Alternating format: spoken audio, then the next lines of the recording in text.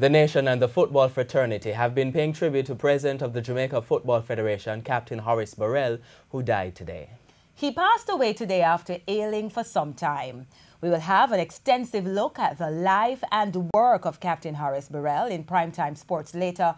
But first, what happened, when and why with TVJ's Milton Walker.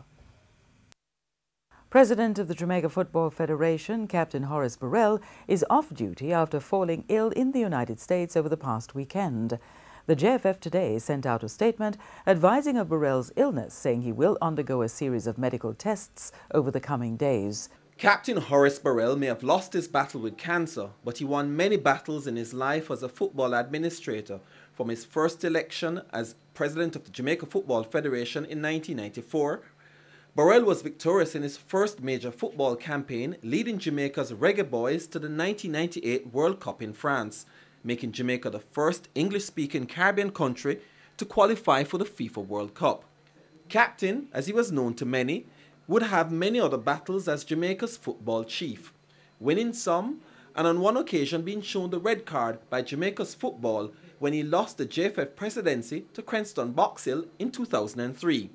But Captain fought back and dribbled his way back to securing the JFF presidency in 2007. Most Jamaicans respected Captain, even though they may have had serious disagreements with his methods.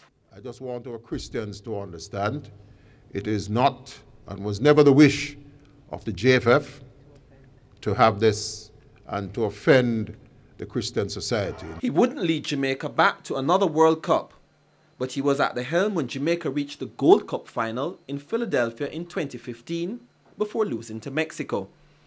He was also an astute businessman, creating the restaurant chain Captain's Bakery and Grill in 1995, which has expanded overseas in the Cayman Islands.